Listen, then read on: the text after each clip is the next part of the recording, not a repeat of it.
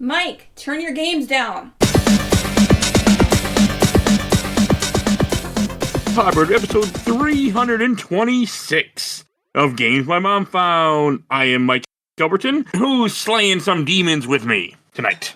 Hello, it is Julian Titus of the Stage Select podcast. And before we say anything else, I just want to make it very clear that Games My Mom Found is single-handedly responsible for resurrecting the Onimusha franchise. It is because of this series. I'm going to die on that hill. We're getting a remaster of Onimusha 2 this year and a brand new goddamn Onimusha game in 2026, and it's because of this podcast. I mean, I do find it funny that when we recorded 3 last year, we're like, yeah, this series is dead, and then less than 6 months later, I'm doing this one, and I'm like, oh, it's back, cool. Mike, I blew the fuck up at the Game Awards because like the trailer starts out, it's like, oh, this could be anything. And then when you start to see souls being sucked into an Oni gauntlet, I blew up. My co-host Justin Ham we always watch the Game Awards together, and he's a very laid back dude, and I don't think he was prepared for the level of pop off that happened that night. I mean, you care about the series. I should say what we're talking about real quick. We're here to talk about Onimusha Dawn of Dreams, developed by Capcom, published by Capcom. It came out in 2006. Yes, the final mainline Onimusha game so far. Yes, until well, it hasn't even come out yet, but yes. Except this game is so fucking different, though. It's very different in some very cool ways and some very bizarre ways. I should say that like one thing was like it had a really good first impression for me. You know, this is like a year after the original God of War, and I'm not going to say that the first level of Dawn of Dreams is on that level, but you can tell like a much expanded level of like scope and like budget in that first stage. I don't know why we're fighting giant samurai mechs that never show up again in the rest of the game. You're right, they don't. I forgot about that. Oh, I completely forgot about that. Yeah, it's very bizarre because the series up to this point had been a pretty serious game series, right? Like I think it was held back by some of the time voice acting and localization, but for the most part, those games are telling like a pretty earnest story. And Dawn of Dreams feels like a Power Rangers movie. Well, I have to ask you, how far did you get? Interesting that you would come at me this early with that, Mike. Sorry, because there's the thing I want to say, and I need that context. Well, so I experienced the entire game. Okay. I played about half of it. There was a lot of stuff impeding my progress. I mean, this game is bloated as all fuck. Yeah. It really is, and it's like there for every what I would call like a really good new idea is an equally bad new idea that kind of holds it back. So like because a lot of stuff is really cool, right? So they took the extra character thing from Onimusha 2, but now they're actually playable characters, and they all have like their equipment that they can level up, and they have similar Oni abilities. That's really neat. But then they also added like a pseudo loot system where you're constantly getting like new equipment and new weapons, either by in like the myriad of puzzle chests strewn about. Yeah, the you game. can skip. By the way, you can. Yeah, I eventually started to because I started to get just bored of doing the puzzles. Or you can buy them from the shop, but it costs so much to upgrade a weapon, and you also don't get very many souls in this game compared to the previous games, like just on a regular basis. And I really think that their idea was, we want you to replay these levels over and over and over to grind. And even if I had bought this back in 2006 and it was like the only game that I was playing at the time, I went back once. So like once I got the option to go back to the first level, with Jubei, I did. So I was like, oh, let me go get those items that I couldn't get. Yep. But they changed the layout of the level, and I couldn't actually get to those areas where she was supposed to be able to That might have been a different level then. Because you do return to a lot of the zones again as the game progresses. Did you talk to the little weird guy on a string? I did, yeah, that's what I'm saying. I went back to that first level. Okay, you went like certain places that had been open were blocked off, and certain places that were blocked off before were open, but it didn't get me to like the actual items that I had gone there to get specifically with her. Like, I couldn't get back to them. And I was like, all right. And then I ended up not really getting very many souls, like going back through all that level and everything. I was like, okay, so this is pointless. Like I can tell that I would have to like replay these levels just ad nauseum just to get anything worth leveling up. And I was like, no, that's okay. It expects you to grind, and that. So, like, to go back to your earlier point, like, this game being, like, Power Rangers, I mean, near the end of the game, you better hope you've been leveling everybody up and using them, because they all get to fight their own boss fight! Yeah. Oh, man, I knew it was coming, because I was using a guide. I was like, what? And I was not happy, but... Yeah. And again, because you get so many weapons for each of the characters, and it's really hard to know, like, what to dump points into, right? You might get a much better weapon right around the corner. It's like, well, man, I wish that I hadn't, like, put 6 levels into that other weapon, an hour ago, because I could use that now. I just didn't change weapons a lot of times. I mean, if I didn't have a lot of souls, we weren't changing weapons. Yeah. That was the rule of thumb a couple different times in this game. I mean, so like having the multiple characters is very cool. Like you get them in the early part of the game, then you lose one of them you don't get again till way later in the game. And it's a very cool concept, like to take what from Onimusha 2, and then usually you have somebody with you at all times. And I didn't find this out till later, but you literally can just switch characters while you're playing the game. Like you can just have them both rest, and you can get both characters up to 50% of health at all times. Yeah. Which is good because not find it out way later. The AI for the whoever you're not controlling is terrible, and they will just straight up not block anything unless you put them in the rest. State. And they'll block everything when they're in rest. Yes, they'll block everything when they're in rest, but nothing any other time. So like, there's times where it's like they would just be like kind of on the ground most of the time because I was busy fighting stuff and I was not paying attention to their health. And I was like, oh, you died again, huh? Well, that's fine. Yeah. I mean, I would just let some of them die. I'm like, I don't give a shit. It wasn't until later in the game that I started appreciating them more because I would just use them as a distraction and put them in defense mode, let the enemies go hunt them so I can just deal with the enemies I care about and then get them from the back. And see, and that's like that another works thing.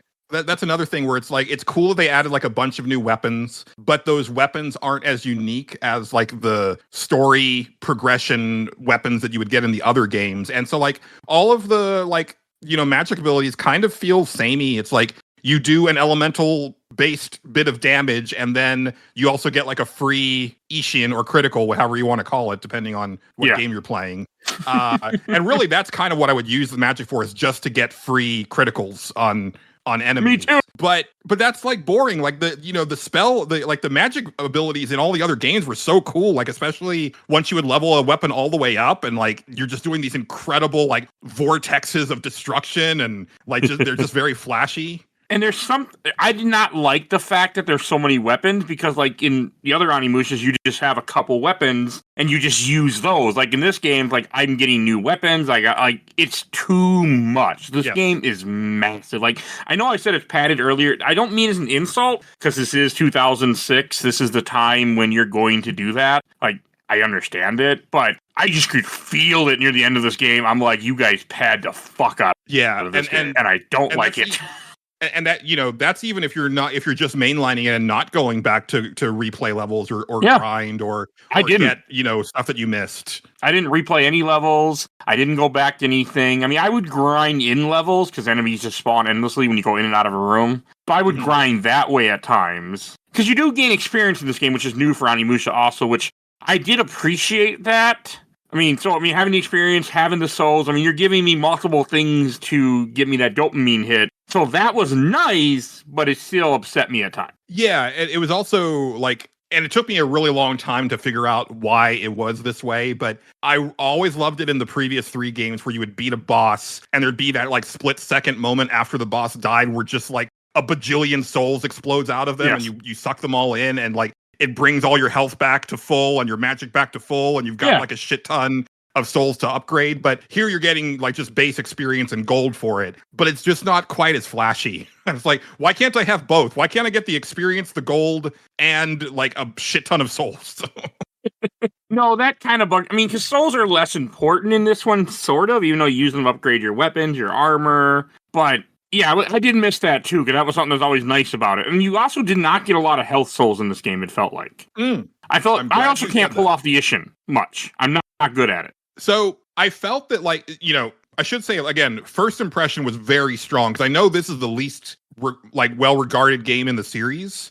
Like I've heard people like, Pat from Castle Super Beast just saying, "Oh, that's a terrible game." And so I was bracing myself for a terrible time. And when I first started up, I was like, "This is great! I'm loving everything about this. Like, it feels better to move around. It's fully 3D now, which does a lot for the moment-to-moment gameplay."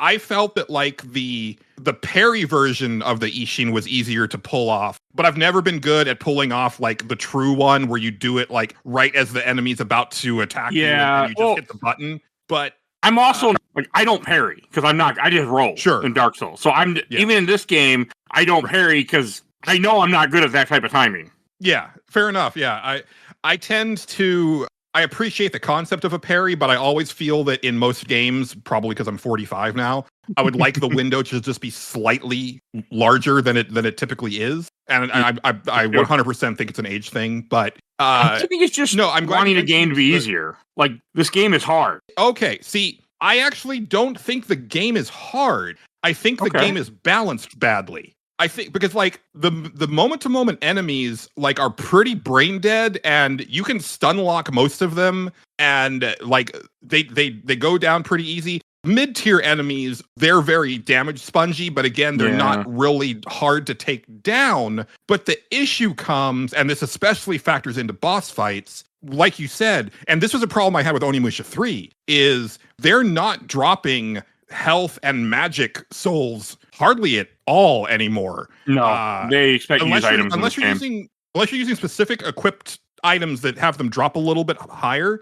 But I'll get to it later. But I ended up watching a let's play of the back half of the game, and this guy had done the grinding and was super high level, had really his life bar was maxed out, his magic bar was maxed out, and even then I was he was still having trouble, and part of it was you're not getting health back, you're just not. And the first two games were really well balanced there, and they reminded me of Zelda games where basically you wouldn't see them drop until you started to get to where you needed them, and then the game would drop. It would start to drop them more often, but not it wasn't a guarantee. But if you were super low on health or super low on magic, you would start to see those kind of get you back to out of the critical phase. And you wouldn't necessarily get back to full very easily, but you would at least not be on death's door the whole time. Yeah. Where I was definitely on death's door a lot of time in this one. I would have been if I wasn't on safe state, because I was just not getting hit because I was cheating. Right. But no, I mean, this game, no, you are right. Maybe it is just bad balancing that it felt that way, because enemies do take way too many fucking hits. And I mean, it did get better when I changed out weapons later on. I'm like, oh yeah, I should upgrade my weapon. But it's still just, to me, this game is too big for an Onimusha game. And that was my issue. This feels like Onimusha almost 1, 2, and 3 combined in one game. Yeah, it's the longest game by far, and it's funny because if you're mainlining it, it's probably going to take you about 15-ish hours, which that's still not a long game. But considering the fact that you can beat the first Onimusha in about 4 hours, it feels long. And I ended up ultimately tapping out at about right at the halfway point, and I'll get there later. I don't blame you.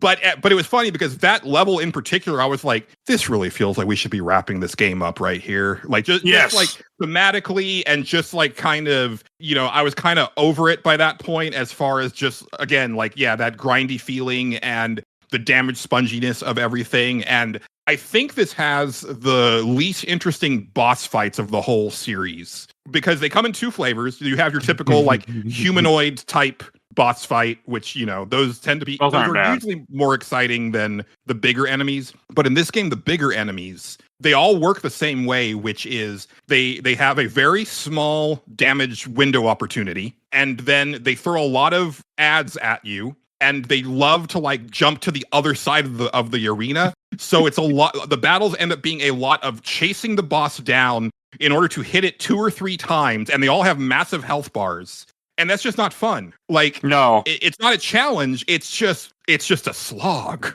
That dragonfly boss that you literally have to just stand in the corner for sometimes near a minute, waiting for him to get back to your turn where you can hit him. And you fight that fucker twice in this game. Yeah, for no reason.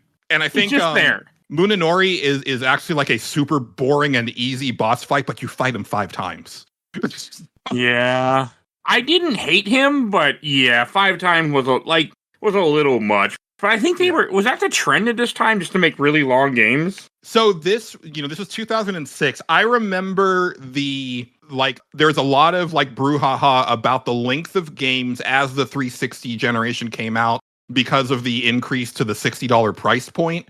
And this, guys, I think, precedes that argument by about 2 years. I remember it being like a real big sticking point when Enslaved Journey to the West came out, because that game was a $60 game and you could finish it in like 5 or 6 hours, like a general PS2 game. Really good game though.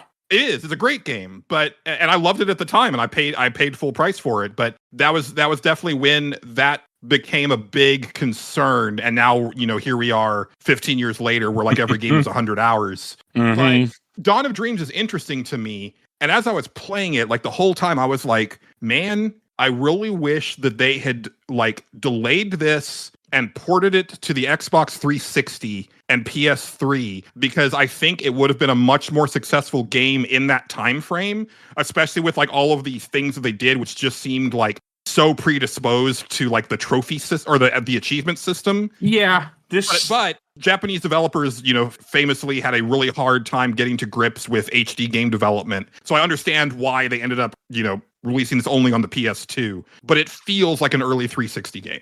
I think it would have done better with that, because there's so much to this game that even if you just gave it a little bit nicer graphics, like you wouldn't need to change a whole lot. Just give it achievements and this.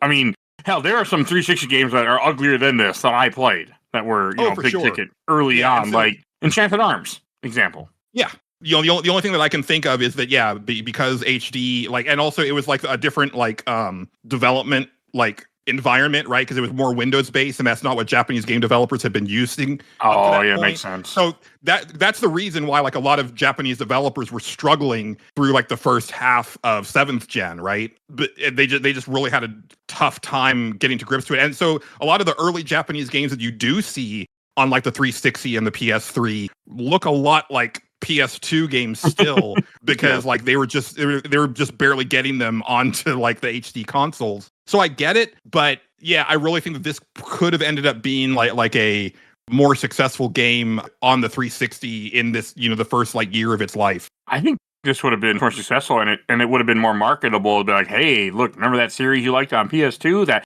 wrapped up a really good trilogy? Here's the next one on a brand new console. I think this doesn't help that this is PS2 still, even though they maxed out what the PS2 can do, how much shit they fit in this game. But I think as an audience, people weren't ready for this. So I had a lot of issues playing this game too. It wasn't just you. So I originally played this on my Steam Deck, and I got to one point where I literally had to switch from the Steam Deck to the PC because there was one part that would not load a chapter. And then once I could save, then I switched it back to Steam Deck. I'm like, all right, fine, whatever. I'm playing emulation. I can accept issues. And then when I got the disc 2, the Steam Deck said, nah, bro, we're not working on here. No, we're not doing nothing. Would not load at all. So then I had to switch to PC, and I just couldn't go back. I just had to PC, which is mainly just convenience issue. But I emulate all the fucking time. I normally don't have that problem. Interesting. So that was not normal. Yeah, and it's also, worth pointing out that it is a 2-disc game on a PS2. So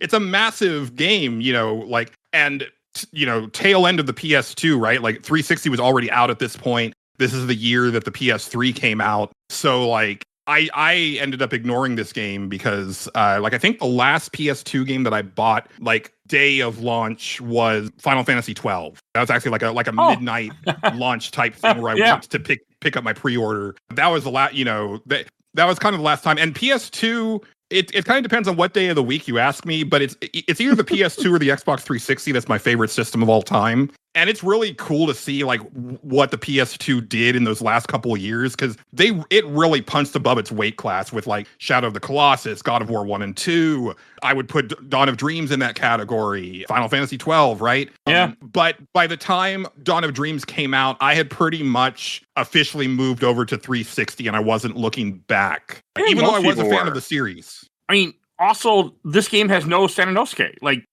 No Nobunaga. I get it that they're trying to go something completely different, but it's weird not having the character that we've had for 3 games. It was also weird to me, and it took me a while, even in this game, the game story, to confirm that Soki was supposed to be Japanese. Because I was like, oh, is this supposed to be like a Westerner that kind of becomes an Oni? But no, he just has blonde hair for some reason. Like they kind of allude that like maybe his mom was a foreigner or something like that. But yeah, it was just kind of a weird, like, again, very Power Ranger-y. Like even like he's got these weird little horn Yes. crown on his head, and his armor is like a lot flashier look. Well, I guess it's about as flashy as Samanosuke's, just blue instead of red. I don't know, there's just something about him that's like a lot more over the top.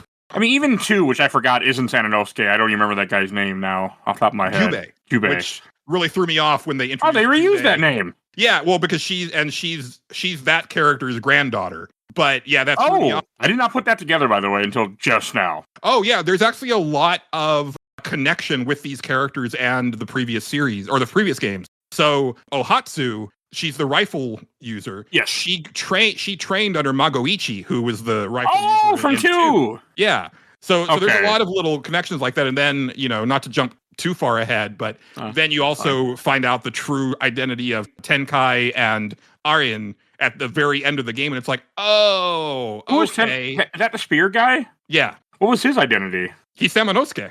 He was Samanosuke? Yeah. Where the hell was I? It's like the epilogue, like after the credit. Oh, okay. I know where I was then, turning the game off. There you go. Yeah. There's a final little like narration thing, and it's Akane, or sorry, Jubei, and she says like, oh, but it was weird because like Tenkai had to, or she said like Tenkai had to go on his mission to seal the gauntlet, because I hadn't noticed until like the very end of the game that he had the Oni gauntlet. I didn't notice till he gave it to me. Yeah, exactly. And so he goes to like on a pilgrimage to go seal it away, and Arin comes with him, and Jubei says, but it was strange because when they thought they were alone, he would call Arin Akko, and she would call him something else too. What was it?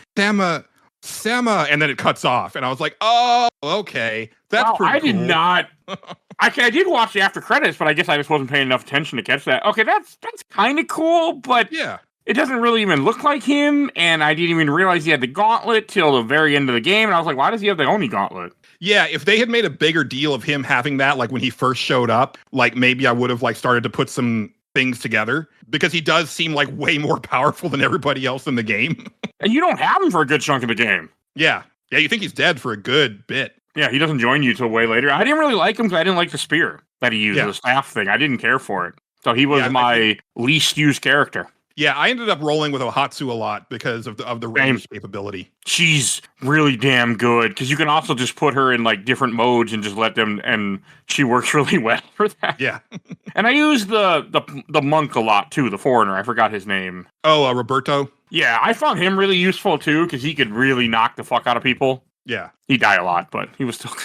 Also, and I think this is like kind of a complaint that I have of the flow of the game, is that it's cool that you can use them to like unlock like areas that you couldn't get to before and find like hidden items. But once the forward progression hinges on swapping characters out just to like open a certain door or flip a switch or something like that, that really drags down an already like slow moving game. And that I think is the biggest complaint I have about Dawn of Dreams. Well, didn't you know that you were playing Donkey Kong? He's the biggest one of the pack, or however it goes. And that's what it felt like. I was like, I never even played DK64, but I'm like, really? You're pulling a DK64 at me where I gotta go run here, switch characters, to open this door? Like, come on now. Yeah, and the levels are so massive, and they look very, like a lot of the areas within the levels look very samey. They're very symmetrical setup areas. So I found myself getting like turned around very easily, and they go on for freaking ever. And I remember one of the levels, like, so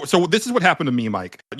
Famous, like if anybody's heard me on games my mom found before, I am a big stickler for original hardware. I had bought Dawn of Dreams like in preparation for this ages ago. I popped it into my PS2 Slim, which I had bought right before we did God Hand, because my previous PS2 Slim gave up the ghost and the disc didn't load when I put it in, and I was like, oh no. But then I noticed that if I held the lid down, it would load. I was like, all right, so let me pile up like God Hand, like the games that I've played recently for games my mom found. Here's God Hand, and here's Onimusha 3, and and that got it to load. It would skip every once in a while, but it was fine. I got about a third of the way through the game, And then I went through a door where it was just like it would not load the next room. Like you could hear the music, but it just couldn't get it done. And for reference, Mike, it's that level where you have like that door with like the 6 orb seals, and you're constantly switching out orbs in the fox statue mouths. Oh, that's where you quit? Long ass level.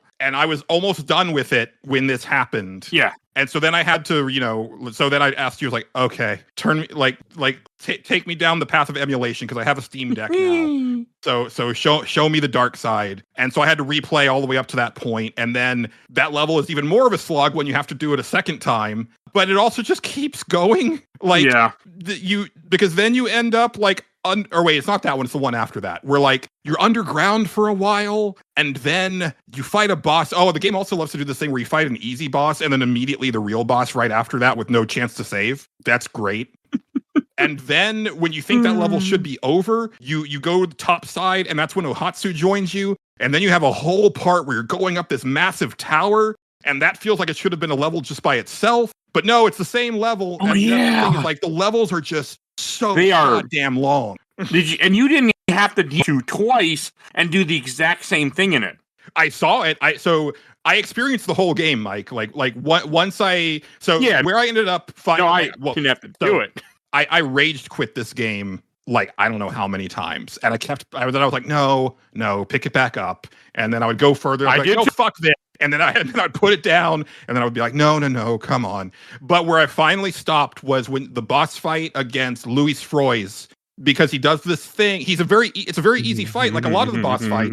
But he does this thing where he curses you with a timer, and it's just like a Final Fantasy 14 DPS check, where if you don't do enough damage to him before the timer runs out, you just die. But you can survive that. I could not. I didn't have enough health even well, I guess maybe if I had been at full, but I was never at full. Yeah, I had save states, so I was able to I can test theories. Uh-huh. Well, yeah. And that's out of that was save states. I test things. Yeah. But yeah, no, it's hard. This game is very RNG heavy. Because I could tell, it was like, okay, I did less damage to him that time, but I ended the clock. But then other times it was like I'm just dumping hits into him and the clock doesn't go away. And then I just die. And it's not because of my skill or anything like that. It's just like, no, we decided that you didn't do enough damage this time. Yeah, and I did that like 4 or 5 times, and I was like, no, fuck this. So that's where I stopped. But then I watched the complete Let's Play. Like from that point on, the only time that I would like fast forward is when the guy was doing the puzzle grinding boxes, simply because there's so fucking many puzzle boxes. Yeah, I just broke them all. Even in the last chapter, when I knew I couldn't appraise them, I just broke them too. I'm like, fuck, I don't give a shit. I was like, just make the box go away so I feel good. Right. That was it. But I can't get over that guy is Sananosuke. No, they were annoying just because there's so many damn puzzle. They're just move the orbs so the orbs match. I didn't like it. There was one because I missed the text. The enemy that's invisible, you have to hold down X to get them to go visible. The text too quickly, and I'm like, what do I do? And I had to look it up. That annoyed me. No, I don't blame you for quitting that fight. Actually, even with save states, right? I knew it was coming. I hit him as many times. Sometimes it would work. Sometimes he'd still hit me. Yeah. It's really weird, and there's a lot of stuff like that in the game. It's not polished. You are 100% right, Lear, where this game is just missing a coat of polish. And a lot of balancing. It's missing balancing. Yeah. And because I think we got so many weapons, they don't know where you're going to be at that time. That's also true, yeah. So that's why it's weird because they're like, well, you're going to use this weapon, right? Well, no, I mean, I might have a better weapon, but since the power is so much weaker, I'm not going to mess with it. I'm just going to keep raising this. Like, I used a beginner weapon in this game later than I should have before I switched. I maxed it out. Oh, okay. Yeah. And you don't. No. It was just, Onimusha, you have like your one or two, you have your couple weapons and you max them out. Like, that's how you play Onimusha. Yeah. So I'm not upset that they did change, but this is just such a different game. And I agree so much with your comment that had this been on 360, I think that would have helped this so much to be like, okay, the new thing instead of it being on a PS2. Yeah, and you would have had people sinking tons of hours into it just to get those achievements because it feels like that type of game. Like, I got to get all the weapons and I got to max everything out and I got to do this and that and whatnot. But again, like in the year of our Lord 2025, when I've got like so many cool games to play, and again, even if I had played this in 2006 and like let's say that I had not got the 360 that early and I still just had the PS2, I I don't know that I would have spent a lot of time grinding in this game the way that it expects me to. And I really do feel that like all it has to do is like turn up the souls by like 35%, like the dropping. Yeah. And I think it would be fine because there's so many characters. And like, you know, you have to get like your armor to like level 30 before you can equip, like you have all the equipment slots open. You got to do that for like every character. Oh, that's how that works? But like you want to. Oh, I didn't know that's how that worked because I leveled up. I was one accessory slots. Thank you. Yeah. That makes sense. It's at 10, 20, and 30 that you unlock the slots. Huh, just like that? No. Okay. I was just like, you know, I was noticing that I was taking like a lot of damage and I was like, okay, like it doesn't cost a lot of souls to upgrade my armor. Let me try to mitigate some of this damage. And then I was like, I hit level 10 and I was like, oh, accessory slot. And then I was like, well, let's see what happens at 20. And then sure enough, another one and then another one. I was like, okay, cool. But I only ended up like doing that for like a couple of characters. I did it, yeah. I mean, I don't know if I even got that high, but I got the main Soki was up to 50, past 50, and it didn't max out yet, so I stopped trying at that point. Yeah. Because it wasn't so. And after a while, I didn't care. Once I got the yellow necklace that automatically heals you all the time, I'm like, I'll just put the game down and walk away and do other stuff. I heal. Right. So a good shot in the when I finished this game was him standing still, healing. Yeah, that's me. That's how I play every Onimusha game, though. Like I've done that for all four of them now. Yeah, I do remember. I think because I think I got that item in 3, and yeah, there was definitely like quite a few spots where I would just like sit still and kind of like heal up. Mm-hmm. This game is super fucking confusing. Like there are so many mazes in this game too. That feels like padding. Like when you go through that same thing of I already broke them all. Why do I gotta break them all again? But now with more obstacles in my way, I'm like, this is stupid. And that's the one where I was talking about, like, it also requires you to constantly swap out characters to get to different areas, right? Mm-hmm. You need that's when you're playing DK to certain corpses. Yeah. You need Roberto to like open certain doors and flip switches. You need Ohatsu to like cross, you know, gaps with her grappling hook, and it's like it's just too much when you're also asking me to constantly like go up these floors, like move around these different rooms, destroy these generators, grab these battery things to plug into other generators, and it's turn them on to break them. Hell, there is one point where you literally just have to go open a door that's locked from the other side. Love you horror games, and just so you can then bring another character all the way there, so they can for Jubei can do something. Yeah, I hated Jubei. I used her so little. Like when I had to do her boss fights near the end of the game, because she has 2 boss fights she does that are just her, the same fucker, I was like, this is stupid. But I beat it by simply I had so many Ani medicines that I just kept doing her magic, and I was able to pull it off. Because I was like, I need to kill this guy fast. Because she had no defense. Yeah, like to like the thing about Munenori is that like he's got like the most predictable pattern probably in the entire game, and he also doesn't block shit. So he'll literally just like walk into your attacks. The only thing that you have to worry about is if you get too close to him when he's knocked down, he'll hit you with some sand, and then if he knocks you down, he can just stomp your ass until you're dead, and that fucking sucks. Yeah, you can't get hit by that thing. Yeah. I learned that. Like, I guess if we get hit by the sand, we're reloading the save because save shit. Yeah.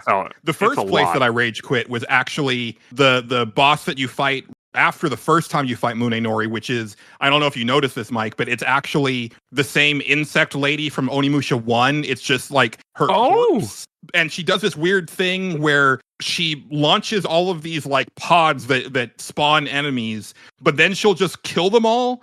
And I guess the idea is that as long as you don't get hit by her claw, like you can just farm souls off of them. But again, you're not really getting health and magic. So it's just this sloggy fight of run up to her, hit her until as much as you can before she does her poison cloud, and pray to God that you don't miss the tell for her doing her swipe, because that can kill you in one hit if you're not at full health. And like I died to her like 9 or 10 times because I was waiting for the game to just say, do you want to go to easy mode? And I was going to say yes. But it never asked me. There's no easy mode. No, and that's another problem with this game. Like, mode. Yeah, and again, I don't think the game on its face is hard. I think it's just, again, the balancing is weird, and the fact that you're not getting health off of enemies, and so then eventually you're going to end up exhausting your items. And then once your items are exhausted, until you can go back to the shop and buy more or craft more, like you're kind of SOL. And that's just very weird, especially when the first 2 games are so just finely tuned in that respect. Yeah, I didn't understand why they do that. And I didn't like that because I like getting orbs and like usually the game's pretty friendly about it. I didn't realize that was the boss from the first game. Yeah. There's some cool stuff in this game. Like I did swear a lot at this game, and I was like, I just want this game on. Like I did like this game. It just the balance was not there. That was my complaint. Yeah. And there's always an element with this podcast in general that we are playing the games kind of in a time crunch, like it's kind of similar to like a game reviewer. Whereas if I was just playing this, you know, like again, if I had bought this in 2006 and I didn't have like a ton of other shiny things to mess with, and I didn't have like a lot of obligations, like it wouldn't like I would just like be like, okay, I'm gonna chill and I'll come back to this a couple days later and I'm gonna go grind a couple levels and it'll be fine and blah blah blah. I'd probably even be more incentivized to do that. And I felt the same way playing this, but like when I made the schedule and the how long to beat said 16, I can't be real. It's an Onimusha game, and I was like, no, they weren't wrong. Yeah. So that was part of it. That's just a side effect of what I do. And normally, like that time crunch isn't really an issue for me. Like I play more than a week on average now. So, but this was a game where I felt it. I felt it bad. Yeah. And then for me, like I started a new job recently where it's working in an office. So like like a commute is now like more in my, you know, schedule. So like I was getting home and just like kind of wiped and, you know, still having to do my show and like trying to play new stuff for that show. And, you know, so it ended up being and then when my system crapped out and like I lost like literally a third of my progress, you know, like, I mean, it didn't take as long to get back there because once you're skipping cutscenes and you know what to do, it's a much faster affair. But even so, you know, all of that kind of factored into like, you know, just adding on more frustration than probably the game would have in a more traditional gaming setup. Yeah. And I know that. I mean, that's one of my man-made problems, but for us trying to stick to a schedule. I mean, even back in the day, I wouldn't have wanted to grind a game like this because I can grind RPGs till the cows come, a better metaphor. But this game, like, I wouldn't have wanted to because it's a different type of game. It's one thing when it's a turn-based RPG and I hit X repeatedly, I don't mind. Sure. But this, I would have minded more because it is involving a lot more effort on my end. Definitely. Because even though, again, like a lot of the enemies do go down very quickly and don't offer up much resistance, you're still going to take enough damage over time in like a really long grinding session to where you're going to end up depleting items as well. So then it's like, well, did I make enough money to like replenish like the items that I lost? You know, like it's a very like kind of risk reward situation as well. No, it is. I mean, with save states, I was fine to always be able to keep capped on items. But again, I'm cheating. And once I learned that I could just heal by letting my partner stand still, like we were always at half health every fight. Would literally just stand there and wait. I mean, and to be fair, the Let's Player that I was watching, they were cheating. I don't know what they did. They had a lot of shit maxed out, and I think that they had like either done some fiddling with the files or something like that. But even then, they were still like dying, and they were still having like issues with the game. And like by the time I finished like the Let's Play viewing, I felt exhausted. Like I was like, man, if I had like logged my way through all of this, because like, yeah, you warned me about the 8 boss fight rush at the end of the game. But even so, like seeing it in practice, I was just like, these bosses are just so boring. And like the one that Roberto has to fight, it's just like this like big flying insect. And like nothing it's gonna do like is challenging. Like it's really easy to avoid and everything. But again, massive life bar and the window in which to actually hit it is so small that fight took like 10 minutes. Yeah, it's padding. It doesn't need to be there. You already fought that big bug before. Well, no, that one fight. All the other centipede. Yes. Need to be there. Just like I don't with each character. Like, what if I didn't play these characters? Well, you're fucked. Yeah. I mean, yes, still would be in trouble. Yeah, because if you haven't leveled up their weapons or their armor, yeah, absolutely. Or if you didn't pins, or if you sold all, because you can sell every piece of equipment that you pick up in this game. You can just sell. So yes. I'm sure there's people who just sell everything, not thinking, go, oh, and the fact that that's there, it's like, man. I mean, and then once you go there, the game even says it's like, hey, you can't leave. So I hope you use 2 save slots or you might be fucked. Yeah. But again, you should do Era. Oh, yeah, you could definitely get into a Y-graph scenario from Final Fantasy Tactics there, where you just can't progress. And if you only had 1 save slot, you're done. I don't. Oh, yeah, I know exactly what you're talking about too. Yeah. Oh, everybody does. Everybody who played that game knows. I didn't get stuck there, but I remember the guy being like, "Don't be stupid."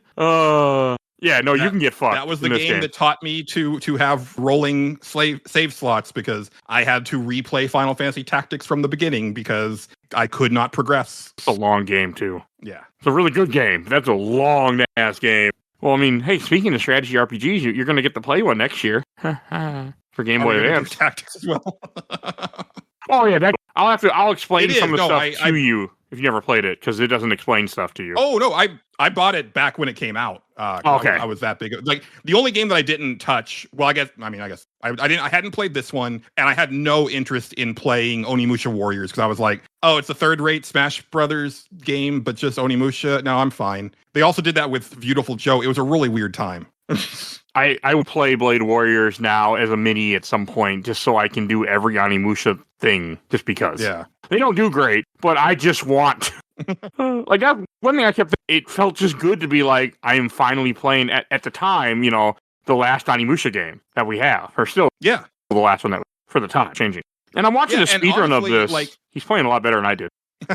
Well, yeah, and it's funny. I started watching a speed run, and even watching a guy who that's what he does, he was still having a lot of trouble like getting certain things. Because one thing that I really had trouble with, and it was a consistent problem, was doing the down attack, like when enemies are on the ground. Yes. I almost could never get it to pull off. And then watching a speedrunner also miss that move. I was like, okay, so this move is just kind of messed up. I stopped trying. Onimusha 4. I just did. Yeah. The square sword up and slams it down instead, because that will hit. Where the other one, I was like, I'm done. This is the limit to how long I'll accept missing things before I just move on. Yeah, fair enough. And Hideyoshi, he was in Onimusha, the other Onimusha games, correct? The little guy that I was going to say is that the protagonist or antagonist in this game for most of it. Yeah, because he's Nobunaga's retainer in the first game, and when to their credit, when they introduce him in Onimusha 1, the narrator, the game pauses. The narrator says, "This man would come to dominate Japan under the name Hideyoshi Toyotomi." And I was like, okay, that's cool. And this actually is a surprise, because when you start the game, you kind of have no idea what's going on, and they don't really fill you in on who Soki is or how he can do the stuff that he can do. But the game itself ends up being a really good ending to Onimusha. Like I said, having Samanosuke there, having these references to Jubei and his crew, finishing off Hideyoshi because he'd been there since the first game, bringing back Fortinbras, the last boss of the first game, right? Like, there's a lot of really cool stuff. Wait, who was that? If you've been paying attention to the series. When they bring back Fortinbras? Oh, you mean Graham from Castlevania? Dawn of Sorrow? Sure, but the form that you fight when in space, when you turn full Onimusha. In the first game? The White Dragon? Thing. Yeah, he was in the first game. Like that was the end boss in the first game, and then you fight him as the next to last boss in Dawn of Dream. I do think those second to last. Should have been. Yeah. Okay. It's the same guy, just different forms. I think they should have flipped those. I think that you should have fought his human form first, and then because the human form is the guy in the suit, right? Right. Yeah. Okay, that was stupid. It was. And I think that should have been the first fight, and then you get the really cool, that's the challenging fight, and then you get to do the really cool, there's no way that I can lose this fight at the very end, just as a nice little epilogue, but it's the other way around. No, this is a fucking stat. Oh, I know what you're talking about now. You're talking about, because you have the statue fight that's ridiculously hard if you don't cheese it like I did. Then you have the fight, where he's laying, and then you have the humanoid that literally looks like Graham from Castlevania. Yes. I mean, that's all I could think of when I saw him. I'm like, it's a guy in a white suit that is a devil. This is Castlevania. Right. I don't understand why this is here. Yeah. I can't remember Area or Dawn. I didn't bother to look it up, even though I wanted to make that the whole time I was playing this game. Ridiculously long. Talk about, but I hated it for this. I think it was a thing to pad out your final bosses and just make you wait. Yeah. But I hate that in games. I hate having to, I better go, oh, look, I get to hit you twice. All right, go back through your whole cycle again. I hate that. I'm not a fan. Yeah, the Final Fantasy 16 and Final Fantasy 7 Rebirth both have that issue where again, it's like you have like burst damage windows a lot like Final Fantasy 14 boss fights. And if you don't do enough damage in the time, fuck you. Like, not a fan of that. Like, that fight was just too much. But I agree with you. It should be where the final fight, quick with when you're in Ani form and make it feel good. Like, that fight did not feel good. It was because it's also long. Before the big like Onimusha battle. Like, that's where you get the gauntlet and all of your companions give you their power, like spirit bomb style. And it's like this really cool moment. But so it's weird to like have all of that happen, and then it's like, oh, but actually there's more. And it's like, okay. I mean, that would have been a really awesome way to end this game, but whatever. I still had the Ani gauntlet. I'm like, why do you have the Ani gauntlet? Like, did you pick it up off Sanosuke's dead body? I'm like, why do you have this? Yeah. This was going through my head. But now why? Because it's the same guy. But also, why not just call him Sanosuke? And I'm sure it was probably something to like keep the Genma like off of his scent or whatever. Oh yeah. Or who know, and he was like kind of a known figure at that point, so it would kind of make sense to, conceal his identity. The weird thing is that like the character model looks completely different, but my thinking the whole time that I was playing this is that as much as I love the fact that they're remastering Onimusha 2 to go along with 1, I really wish that these 4 games would get the Resident Evil treatment and just get full-on remakes, and also just redesign all the characters to not look like actual people to avoid all of that going forward. Because and it was neat that like, because obviously they're not using the actor that played Samanosuke, but that actually works fine for me. I would prefer him to not look like a real person. Well, I think they got the likeness finally. They got the rights back with the 2 remasters. And I'm surprised they did that. That we're getting. Me too, I'm sure that wasn't cheap. I would say, if they did do a full remake, I would say like, no, don't even bother. Just, they make really good looking characters these days. Capcom does, like, just like if you look at like Monster Hunter or Resident Evil, like just characters that they just make and they just look incredible. And just do that. It's a PS2 thing. I feel like a lot of models. I mean, it's a current thing too. Like, look, and I think I mentioned this back when we were talking about Onimusha 3. I adore Hideo Kojima and I love his games, but his obsession with Hollywood and bringing in Hollywood actors into his games, like, really actively like takes me out of the experience when I'm like, yep, that's just Norman Reedus. That sure is. That's him. And I don't see him as like the character, which is weird because like when he's acting in a TV show or a movie, I don't say that's Norman Reedus, but video games are just different for me. Yeah, no, that's fair. Well, plus with video games, rights are different, where like a movie, it doesn't matter. They can keep re-releasing it for 100 years. It doesn't matter. A video game, like, oh, you want to bring it to a new system? Oh, you don't got the rights. We're done. Like, yep. It's a different beast, and you have to figure that out in contracts. Like, maybe it's getting better now. They're like, we're going to be re-releasing this for years and years to come. Sign here. Like, back then, they're like, we made this game disposable. Yeah, they need to like fix likeness rights and music rights for video games. Music rights are awful for video games. I mean, the fact that you can't even like stream a lot of games because music rights, like, that's also. I mean, that's different. I don't like either absolutely. of those. Yeah, and like it's very telling that Alan Wake 2 was like, we got Poe back, but she's singing our song. Like, she's not singing her song this time. Yeah, I mean, it's not even the artist; it's the freaking companies that are like, $1 million. No, like, stupid shit. Mm-hmm. Yeah. So I'm happy that this game doesn't have any likenesses. I'm assuming because it didn't look like anyone I recognized. At least, so I mean much. No, I think they learned their lesson by the time they got to this one.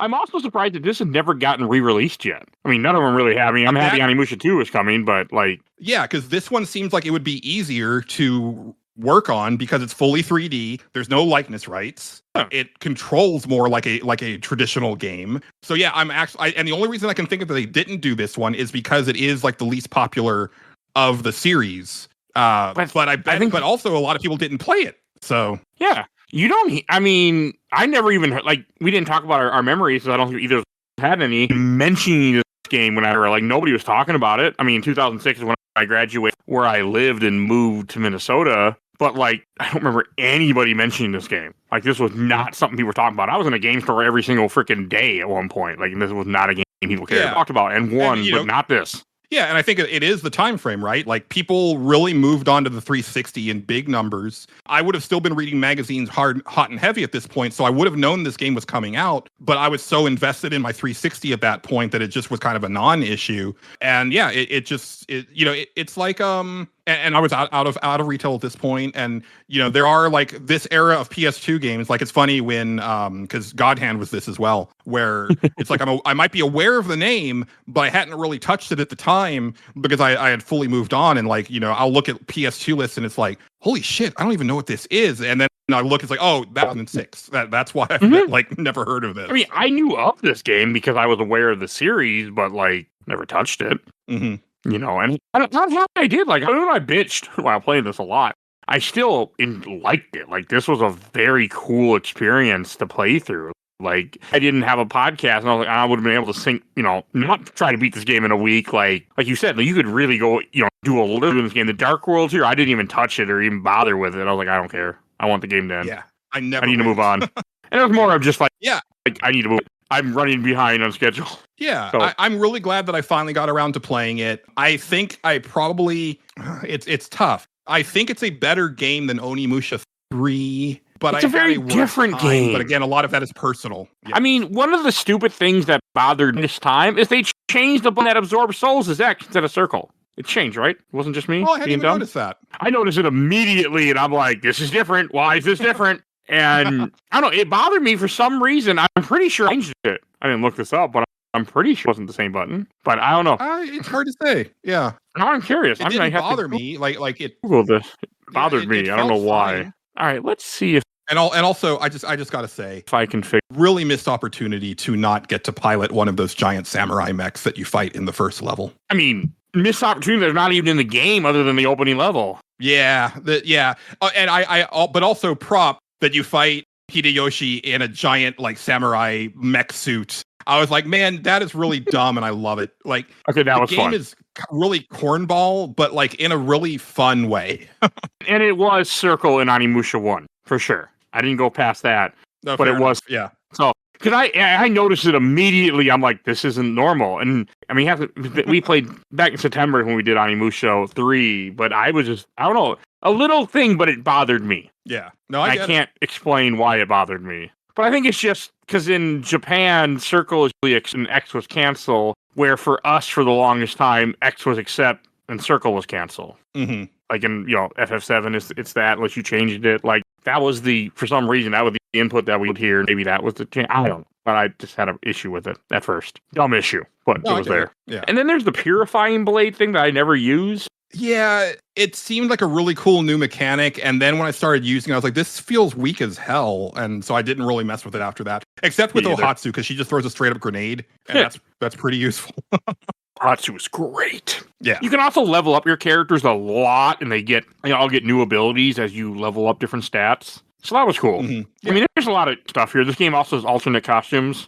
Apparently, they're all just Street Fighter characters. Oh, that's except cool. for Soki. The Roberto is Guile. That's all I've seen so far in the speedrun. Because he had two. The other guys, Sananosuke has the same character, has the same design, but the other couples are switched. I'm assuming it's not a mod, but it could be. I'm assuming. No, I mean this was definitely that time period of all the Onimusha games and all the Resident Evil games had like a ton of stuff that you would unlock like for extra playthroughs. So I get that. And I think like in our game, with it being so long, it doesn't fit because Onimusha 1 through 3 are very much, in my opinion, games to a degree. I mean, samurai horror games, but they're still horror games, where this one feels like I'm playing an action RPG because it's just so much bigger. For sure. Yeah. And again, yeah, because it's so big, it also, I'm less incentivized to want to go back and replay it, where like, I know when Onimusha 1 came out, I beat it and then I just like started again, like immediately because, it was short, it was sweet, it was fun. So I wanted to see more stuff. I wanted to, get more stuff. But this one,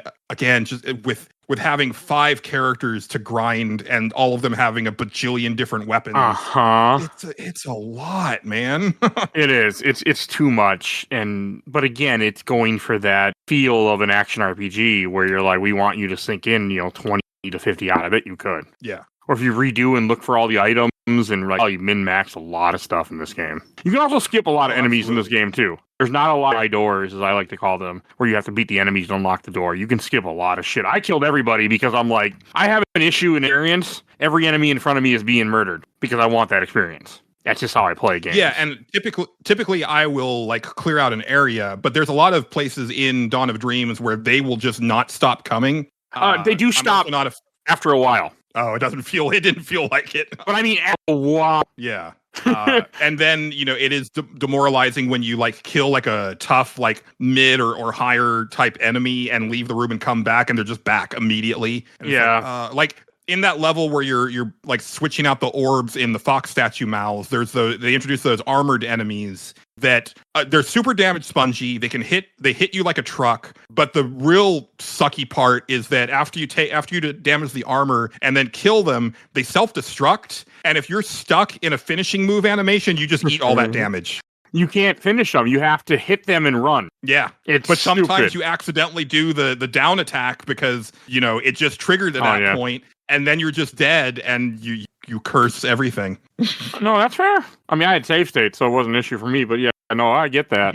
I save state the hell out of this game. Like, I would not have enjoyed this game if I wouldn't have been eating. Because, too fucking much game. I play RPGs on this podcast more than I should, but this was too much game.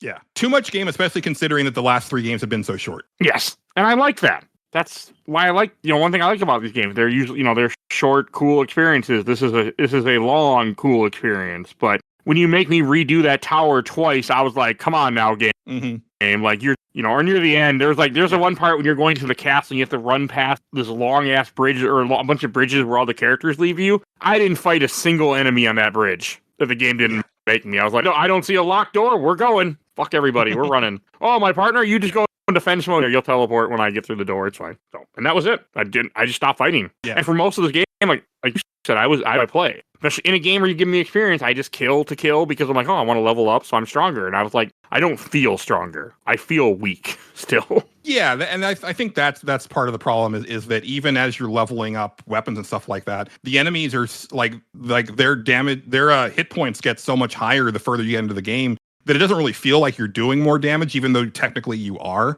And yeah, I'm kind of like you, like, I played it sort of like I play an RPG. And what I mean by that is that I pretty much never run from fights in RPGs because I'm like, why would I run from an opportunity to get stronger? So like, unless my characters are like on death's door, I'm not going to run from a fight. And that's kind of how it is here, where it's like, if there's an enemy in front of me, I'm going to fight it. But then there's times where it's like, I'm sick of fighting this enemy and I just want to get to the next room.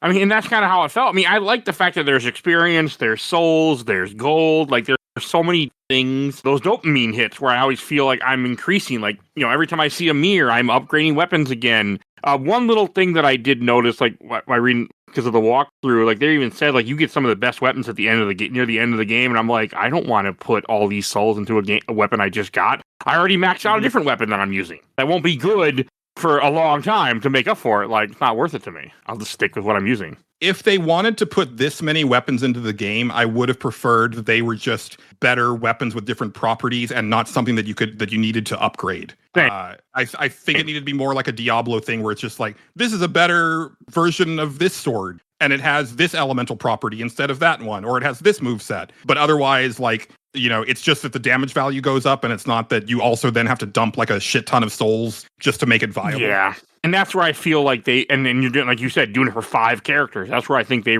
really expected you to grind and just play the game. Yeah. Because the fact that, like, that little weird friend of yours in the string, he'll just be like, oh, you want to go revisit an old place? And I'm like, no, leave me alone. Man, he was weird too. So yes. His name is Minokichi. And he's like a little kid version of the creepy guy that would send you to the Dark Realm in the previous 3 games. The creepy guy's in this game, though. And that's what I'm getting at. So you can talk to all of the characters in between missions and you can learn more about them. And at a certain point, Minokichi says that, like, he doesn't know what happened to his father, but his father is the shopkeeper right across the way. And I never understood what was going on there. Oh, but it's in a mirror world. I don't know. That's just weird. Yeah. I never talked to anybody. I would do the combine stuff because the characters can combine things for you because resource, like you'll find mushrooms and herbs you can then combine to make medicines or combine to make some equipment. So there's stuff like that too in this game. Yeah. But that's fucking weird that it's the guy that you're talking to is his father and he doesn't realize. Well, he's in the mirror, buddy. I just saw him. I just bought a bunch of medicine off him. Yeah. Because he makes my father gave me this string. Like, maybe your father can give you a new one because he's right there in the mirror. Okay. I didn't catch a lot about this game. And that's where I got the information about like Ohatsu training under Magoichi and Jubei being part of the reason that she had the name Jubei is because like everybody in their clan gets it at a certain point. But it was her grandfather that was the one that we controlled in Onimusha 2. Stuff. Not as that long ago. Yeah, so I went back and looked at the instruction manual of the first game just to kind of orient myself, and Dawn of Dreams takes place about 30 years after the first game. Oh, damn. Yeah. Across the 4 games, it's been quite a good span of time. That's fair enough. I mean, Nobunaga a little bit of time, too, throughout in real life before he gets... I think he got murdered. I'm 99% sure he got murdered, but I can't remember what happened. Or did he die in his sleep? But then he was resurrected as a Genma, and he raised a zombie army. Oh, that is one other thing that I really want to credit this game in particular, is they're introducing new enemies almost right up to the end of the game, which is pretty impressive. Yeah, and they change out, like they give you the original soldier that everybody knows from Onimusha, and then eventually those get faced for the most stuff to deal with. And it was kind of nice. They took out my favorite enemy though, which is those like roly-poly spiky guys, because those are the ones that always bust out the Ishin moves on really easily. They weren't there. Yeah, on them sometimes. Yeah. I mean, it was nice. I mean, like all the new enemies and series too, but maybe if it would have sold well, we would have got another one. Yeah, it's definitely open for another one, but it felt like a really definitive It did, yeah. And I'm very curious. I really want to know what this new game is supposed to be. I don't know if it's supposed to be like a reboot-quel type thing where it has like allusions to the old games, but it's actually like a fresh start, or if it is going to pick up where the last one left off. All I know is that from day one, I wanted to control Miyamoto Musashi, and that's who you get to use in this new game, and I'm so stoked for that. I am excited for that new game. I'm really happy that the series is coming back. Like we have the anime I should watch and cover. Oh yeah, and we're getting a new game. When are we here? They say new game is next year. Onimusha 2 remaster is this summer. Okay, I don't pay any attention to game release dates because they mean nothing to me personally because I don't play new games. So I mean, the newest game I'm playing this year is I'm killing Suicide Squad Kills the Justice League because I bought it for $3. Yeah, I'm going to be on that one with you, and at least you are. I already finished it, so like no worries there. Like I have experience. Well, I beat a Brainiac.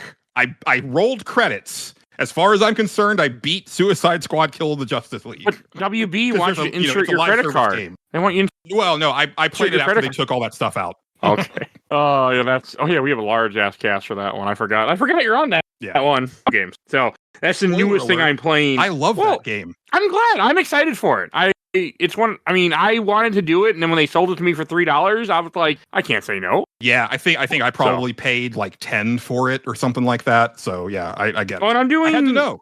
Okay, I'm doing a couple new games. I'm doing Super Mario Wonder later this year, and I'm going to do Echoes later this year. Cool. So I do have a few news, which is not like me, but Mario Wonder because my son asked me to buy him a second copy because he lost his first copy. I bought it for him, then he found it. So I'm like, I'm taking this back and I'll buy you a different game. I'm like, I want to play this, so I'm going to take your copy. If you want to hit that SEO next year, Mike, and hit up Onimusha, the new one, when it's hot, let me know because I'll be playing it when it comes out. So that won't happen. I can tell you that right now. That won't happen. I mean, I am going to 4 years later this year, but that's about it. Okay, I'll do Onimusha Tactics next year around the time it comes out. That'll help, right? Yeah. Hit that SEO. Playing Onimusha, not the Onimusha you think. I really want to play Tactics again, so I'm excited. That's a good fucking game. Very solid Tactics RPG. Anything else you want to say, or should we go to questions, comments, and memories? I got a few. Yeah, no, I'm ready to move on. Okay. All right. Let me pull this up. And we'll start our OPLED Super Replay group. I got from Neo Hackle. I owned it, but played it like twice. Couldn't tell you a thing about it. That's fair. Steven, I remember being very surprised when I played it back then due to its increased size and how different it was. I have good memories and wouldn't mind if they brought it back. Maybe. I doubt it, but maybe. I'll happily be proven wrong. Bring 3 and 4 back. Also. Yeah. From Leon Manville. I think this one is a better candidate than third. Yeah, 3 was a little... Yeah, this needs it because no one played and there's no licensing issues. So there's no reason not to. unless you don't have the list code anymore, because they deleted everything back then at one time. So I doubt it. That's fair. They did like to delete things though. And then from Leon Manville, completely underrated, a great entry to the franchise. And from Rob St. John, is my favorite. Needed Gene Reno though. I'm fine with it. I can absolutely see how this would be someone's favorite in the series, though. Like, especially if you really plumbed the depths of it and really got into that loop and was just like, no, I'm in it to win it. I'm redoing all these levels. I'm getting all these items. I'm maxing out these weapons. Like, I can totally see it. Me too. And then from the Onimusha Freaks group, I got a lot of comments on this one. From Soki, Black Onimusha. That's his name in the admin group. Look at my name and you'll know what I think of Onimusha Dawn of Dreams, the best game ever. So, and from, probably said that wrong, I'm sorry. My least favorite from the franchise, Soki is the worst main character of the franchise as well, with reason to be an Onimusha. They added too many weapons, items, secondary missions, and made the game feel like a different genre from the others, which for me was a letdown. The final boss game and the written text instead of voice animation was also a downgrade. I disagree about Soki because I feel that he's the only one of the characters that actually has a personality. Samanosuke and Jubei are just stoic samurai guy. Yeah. And Soki actually has like a little bit more going on and feels more like a person. And again, that just from the brief bit you see of Miyamoto in the new trailer, he also seems like a character that actually has like a lot of personality there, and I'm very excited for that. I watched the announcement trailer because I hadn't seen it after what we were talking. It does look cool. I'll enjoy it when I someday play it. And from Johannes Laura, second favorite, has a lot more, adds more value to the game. From Pico Rule, it's Onimusha. From Scott McDonald, bro, right? I've never played it either, and Onimusha is my favorite 1 through 3, and that's Smash Brothers. It was awesome. I never played Dawn of Dreams though. All right. From William Heinbuck, I was going through animation school at the time, decided to boycott. It's pretty sure instead of cutscenes, even a game when they went with walls of scrolling text. Sorry, I'm here to play video games, not read novels. You're missing out with that kind of attitude. I mean, it does a little bit of both. It actually reminded me a lot of a Like a Dragon game in that respect, where you have like your CG cutscenes, you have your in-engine animated cutscenes, and then you have like your static, like just visual novel type cutscenes. Like it kind of does a bunch of that. So yeah, I had no problem with that. From Miller, story is hands down the best out of the games, and I have to say, so is the combat. I love the excess of weapons and characters play as playing through, finding weapons and items I didn't in the first playthrough. I hope to God with the recent resurgence of Onimusha, we will finally get a remake/remaster. Would be nice. From Kisashi Mozurin, I love this game. From Jarvis Poto, wish I could like it, but it really is not my cup of tea. And from Cat Sign, second of my top. And then from the last group, Onimusha fans, that's the same admin, by the way, I found out, because the Sulky guy commented on this one too. And from Elaine Tarkin, I love this awesome video game. From Keith, love this one with light RPG aspect, unique characters, weapon fighting modes, music. I guess the music was good in this too. This game really mostly was sound. Yeah, especially in the first level. Like again, that first level was like such an awesome intro to this game, and the music was part of that for me. Yeah, that I listen to it. I think I listen the most, but I don't really. I'm not a guy when it comes to music and games, unless it's something for like classic. Yeah, that's all I got. Oh, before we go to, we should gotta love Fanatical bundles. You get lots of good codes. That's where most of these come from. All right, your code is for Prey, the 2017 game. Really fucking good game. Also on this podcast. The Steam code is 4GJAJ005QNBAP. Your Steam code for Prey. So I hope so, because that is a very game. Yeah. All right, let's go to Shelf Stacker Box. Anyway, why don't you go first? Yeah, it's hard. My gut tells me to put it on the stack, but I think of all of the games in this series, this is the one that I would be most interested in seeing them do a remake or a remaster of, because I think that you could sand off some of the edges and just tweak a couple numbers here and there. And I think it would actually be like a lot more fun to play. And I gotta say, I went into this thinking with my predisposed knowledge was hearing that this was like the least favorite of this game, but it was nice to see like most of the comments were like, oh no, I love this one, or it's my favorite one. Oh yeah, a lot of people like it. List for me. Yeah, so that was really interesting to hear, because that's not what my memory is of like what little I did hear about this one. So, and I was pleasantly surprised with what I played. You know, again, if I was playing this in a more normal gameplay scenario where I'm playing it over the course of a few weeks, I would probably be less frustrated with it. But it's not going to change the fact that like a lot of the values and a lot of the drop rate for souls is just like way too low, in my opinion, for how many characters and weapons you have. And how much the game expects you to do. Yes. All right. I'm going to put this on the shelf. I had a good time. Yes, there was swearing. Yes, there was a lot of bitching. But overall, I had a good time. Like, I did really like this game. And I was impressed by what they did with this compared to the other rest of the series. Even though I like the whole series. But no, it's definitely going to shelf. I'm really happy to finally play it. And we knocked out another PS2 series. And that feels really good to me. I mean, yes, they're still Blade Warriors, but that's a spin-off. We completed the actual like PS2 series, so I'm happy with that. Yeah, me too. I mean, I'm going to do Blade Warriors. That's different. I just want to be on this years-long journey with you.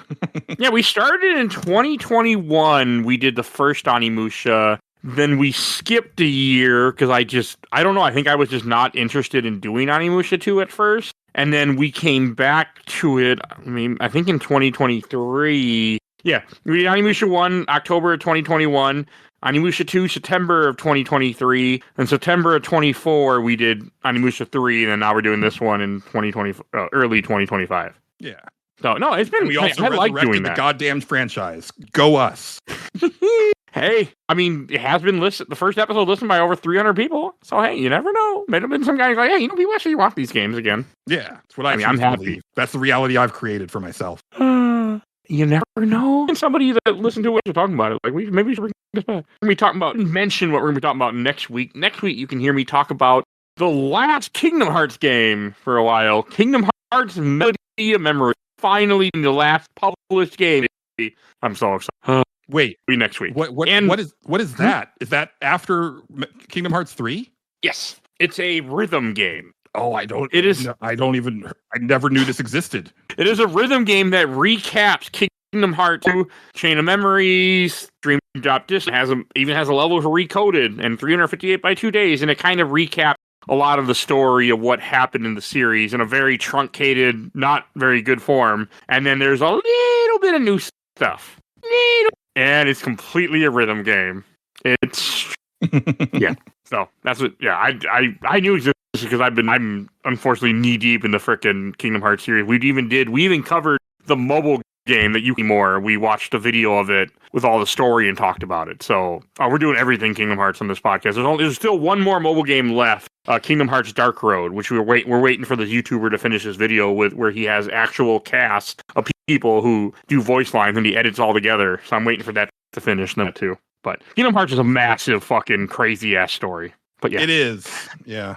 And we should go to plugs. And where can people find you at, Julian? I am the host of the Stage Select Video Game Podcast. It is a video game variety show. I'm sure Mike will have the link in the show notes. That's one of the best place to go is to find, because if you download any episode of our show, our link tree is in there. The big thing that I'm plugging this year is come join our Discord. The link is in our link tree, and it's a very chill place. People are really engaged there, and it's fun, like, when a new episode comes out, and it's just like a flurry of activity of people talking about the episode and reacting to it and stuff like that, on top of just, like, general game talk or movie talk or what have you. But it's a really nice place to be, and just kind of go from there and check out the show. I think you'll like it. I'm very proud of it. I'm glad.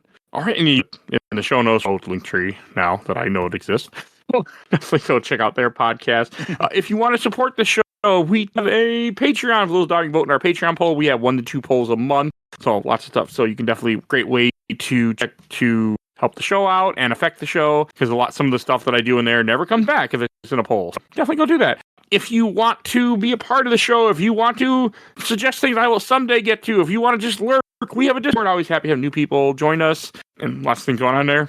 And some intro and outro courtesy of Helena at Hellhastry. Follow her on Twitter. Gamer Looks at 40 with Bill Tucker.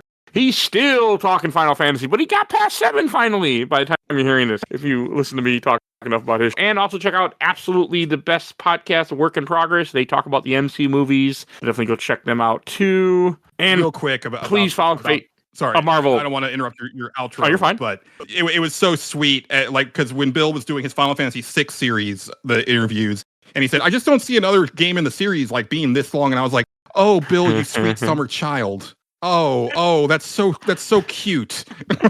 Oh yeah, no, he's getting a little. I get it. Like I think 7 was a lot. Yeah, but 7 is that game everybody loves. I don't, but everybody loves it.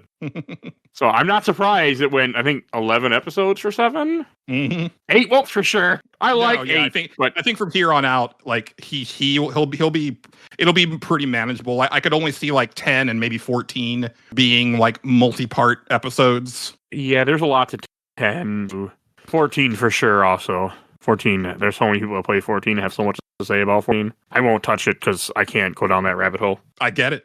I know me. Like, I don't have the time for that. I have multiple friends like, you should play 14. I'm like, no way in hell. Too fucking busy. All right, and the last thing to say, please follow us on Facebook, Instagram, Threads, Blue Sky, YouTube, audio only, TikTok once in a great while. And as all next time, bye everybody.